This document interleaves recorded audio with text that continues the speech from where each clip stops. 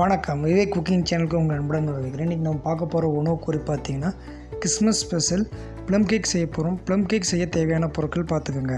இன்றைக்கி 2 விதமான பேக்கிங் மெத்தடில் நம்ம செய்ய போகிறோம். ஒன்று பார்த்திங்கன்னா ஓவன்லேயும், இன்னொன்று பார்த்திங்கன்னா அடுப்புலையும் செய்ய போகிறோம். வித்தவுட் ஆல்கஹால் இல்லாமல் செய்ய போகிறோம். ப்ளம் கேக்கு செய்ய ஒரு பாத்திரத்தில் 50 கிராம் அளவுள்ள பாதாம் பருப்பை சின்ன சின்ன நறுக்குன்னு சேர்த்துக்கோங்க.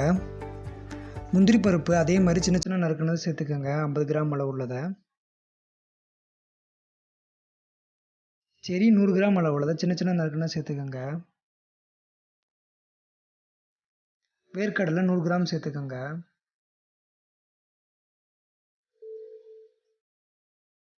உலர் திராட்சை 100 கிராம் அளவு உள்ளதை சேர்த்துக்கோங்க.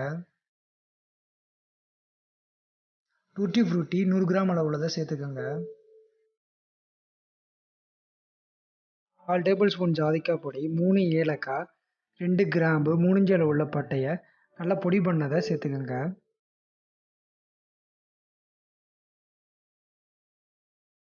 10 கிராம் அளவுள்ள ஜிஞ்சர் சிப்ஸ் சேர்த்துக்கோங்க. 1/2 கப் அளவுள்ள கிரேப் ஜூஸ் சேர்த்துக்கோங்க. சேர்த்துட்டு நல்லா கலக்கி விடுங்க. ஒன்று சொன்னாப்பில்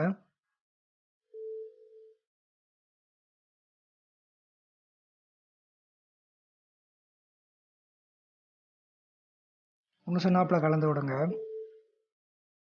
கலந்தாச்சு. கலந்ததை 6லேருந்து 8 மணி நேரம் மூடி போட்டு நல்லா ஊற வைங்க. அடுத்து நம்ம ப்ளம் கேக்குக்கு பிளாக் ஜாக் செய்ய போகிறோம். பிளாக் ஜாக் செய்ய 4 டேபிள் ஸ்பூன் அளவுள்ள ஜீனியை வானல் நல்லா காஞ்சதுக்கப்புறமா சேர்த்துக்கோங்க. சேர்த்துட்டு பிளாக் ஜாக்கானது கருப்பாக வர்ற வரைக்கும், நல்லா கருப்பான கலரில் வர வரைக்கும் நல்லா கொதிக்க விட்டுக்கோங்க. தண்ணி சேர்க்காதீங்க காரணம் கொண்டு. நல்லா கருப்பாக வந்ததுக்கப்புறமா 4லேருந்து 6 டேபிள் ஸ்பூன் அளவுக்கு சுடுதண்ணி சேர்த்துக்கோங்க. சுடுதண்ணி சேர்த்துட்டு நல்லா கொதிக்க விடுங்க. இந்த பிளாக் ஜாக் எதுக்கு செய்கிறோம்னா, ப்ளம் கேக்கோட கலருக்காகவும் அந்த கசப்புத்தன்மைக்காண்டி இந்த பிளாக் ஜாக் இப்போ செய்கிறோம்.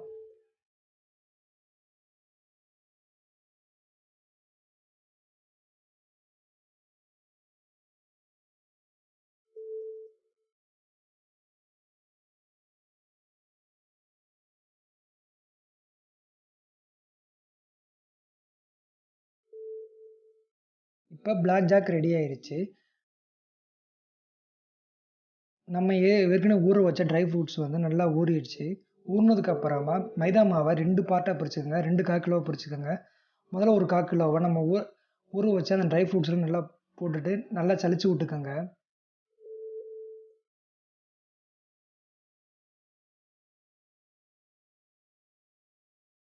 இன்னொரு பார்ட்டு மைதா மாவை ஒரு பேப்பரில் இந்த ட்ரை ஃப்ரூட்ஸ்லாம் மாற்றிக்கோங்க.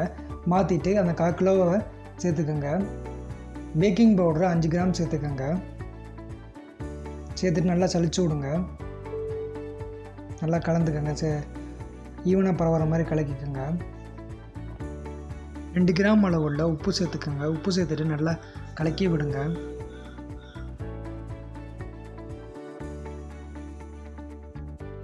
முந்நூறு கிராம் அளவுள்ள பட்டரை ஒரு தட்டுலேயோ இல்லாட்டி ஒரு டேபிள்லேயோ நல்லா க்ரீம் பண்ணிக்கோங்க. க்ரீம் பண்ணுறதுங்கிறது ஷார்ட்னிங் பண்ணுறதுக்காண்டி மீனிங்கு.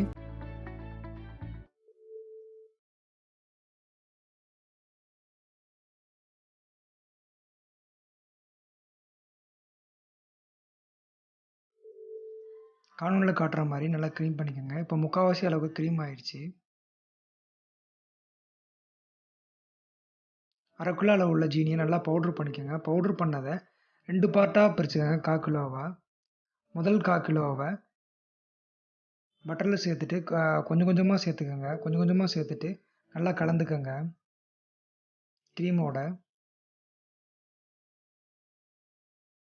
நிறையா சேர்த்திங்கன்னா உங்களுக்கு க்ரீம் பண்ண வராது.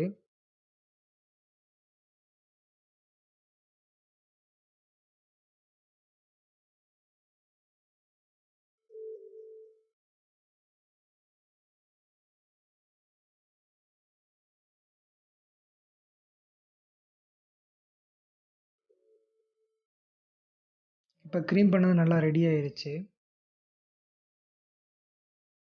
தனியாக எடுத்து வச்சுக்கோங்க. 11 முட்டை எடுத்துக்கங்க. அந்த 11 முட்டையில் வெள்ளைக்கரு மஞ்சக்கரு தனித்தனியாக எடுத்து வச்சுக்கோங்க. அதில் அந்த மஞ்சக்கருவில் உங்கள்கிட்ட வீட்டில் இருக்கிற ஹேண்ட் பீட்டரோ அல்லது மிஷின் பீட்டர்லையோ நல்லா பீட் பண்ணிக்கோங்க. இப்போ ஓரளவுக்கு பீட் ஆயிடுச்சு.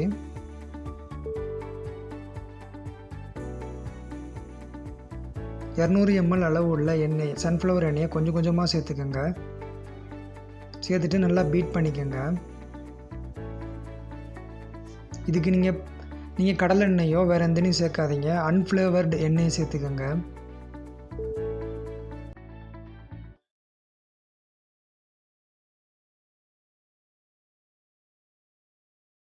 நம்ம ஏற்கனவே தனியாக எடுத்து வச்ச 1/4 கிலோ அளவு உள்ள பவுட்ரு பண்ண ஜீனியை கொஞ்சம் கொஞ்சமாக சேர்த்துக்கோங்க.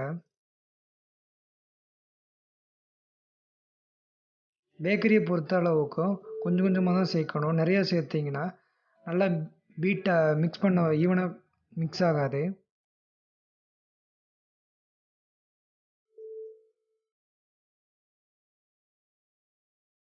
Vanilla essence few drops add பண்ணிக்கோங்க.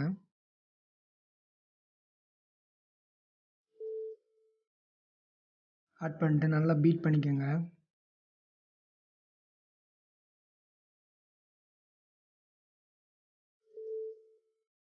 நம்ம ஏற்கனவே க்ரீம் பண்ணி வச்ச அந்த க்ரீமை வந்து கொஞ்சம் கொஞ்சமாக சேர்த்துக்குங்க.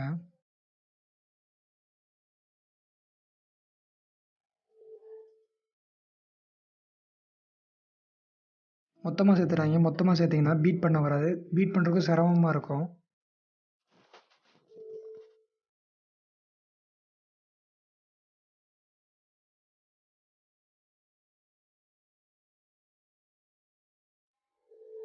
இப்போ ரெடி ஆகிடுச்சு. நல்லா க்ரீமாக வந்துருச்சு. இந்த மாதிரி வரணும், காணொலியில் காட்டுற மாதிரி.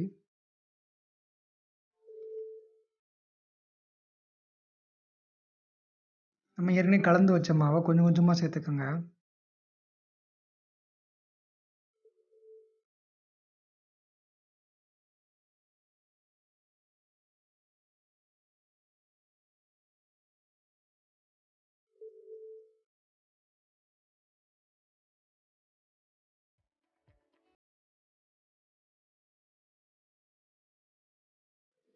நல்லா பீட் பண்ணிக்கோங்க.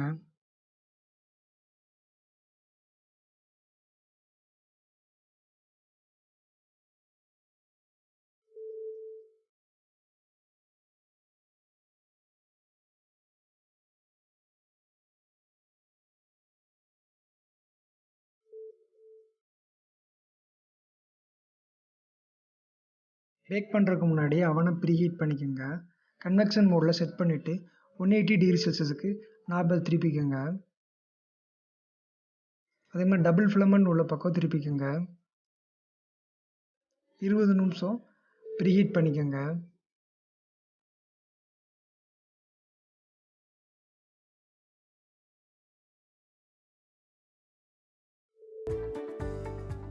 எல்லா வீட்லேயும் ஓவன் இருக்கா, அதனால் ஓவன் இல்லாதவங்க எப்படி பண்ணுறதுன்னா, ஒரு குக்கர்லேயோ இல்லை இட்லி பானையிலையோ மண் இல்லாட்டி உப்பு சேர்த்துட்டு இந்த மாதிரி ஒரு பாத்திரத்தை மூடி வச்சுருங்க.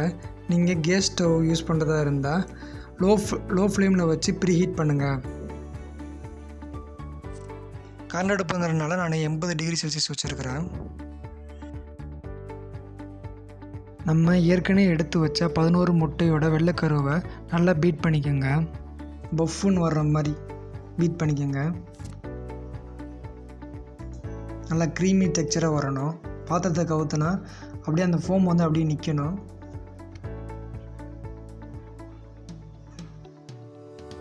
இப்போ நல்லா க்ரீமாக வந்துருச்சு.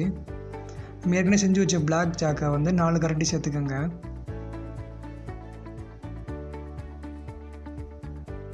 நம்ம அந்த பீட் பண்ண ஃபோமை வந்து கொஞ்சம் கொஞ்சமாக சேர்த்துட்டு ஃபோல்ட் பண்ணுங்கள். எக் ஒயிட்டு ஃபோல்ட் பண்ணும்போது கையாலே ஃபோல்ட் பண்ணுங்கள். மிஷின் யூஸ் பண்ணாதீங்க. மிஷின் யூஸ் பண்ணிங்கன்னா கேக்கோட மெத்து தன்மை இருக்காது, பஞ்சு மாதிரி இருக்காது, இல்லாட்டி ஹார்ட் ஆயிரும்.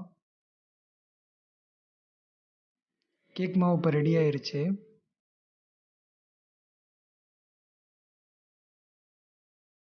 சில்வர் ஃபாயில் டப்பாங்கிறதுனால வந்து நான் எண்ணெய் க்ரீஸ் பண்ணலை.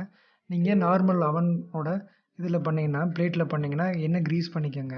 ஓவன் பாத்திரத்துலையோ இல்லை சில்வர் பாத்திரத்துலையோ இல்லாட்டி நீங்கள் எதில் பண்ணாலும் முக்கால்வாசி அளவு ஃபில் பண்ணிக்கோங்க. ஏன்னா ஃபுல்லாக ஃபில் பண்ணிங்கன்னா வெளியே பொங்கி வந்துடும்.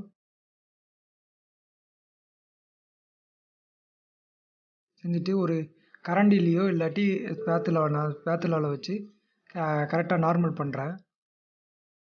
ஏன்னா ஏர் பபுள்ஸாக ரிமூவ் ஆகிறக்காண்டி அந்த மாதிரி பண்ணுறேன்.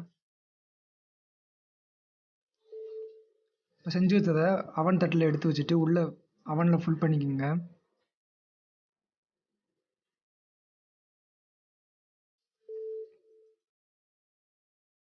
$160°C வச்சுட்டு 25 நிமிஷம் நல்லா பேக் பண்ணிக்கோங்க.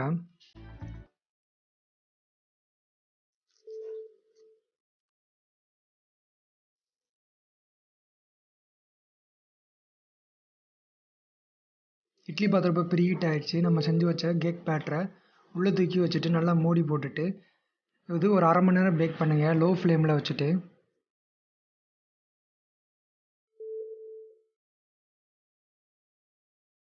கேக் இப்போ நல்லா பேக் ஆகிடுச்சு.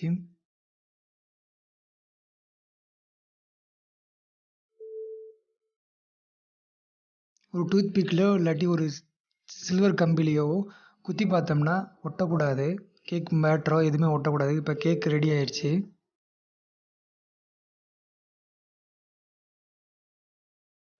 அதே மாதிரி நம்ம இட்லி பாத்திரம் செஞ்சது அதே மாதிரி செஞ்சு பார்க்கணும்.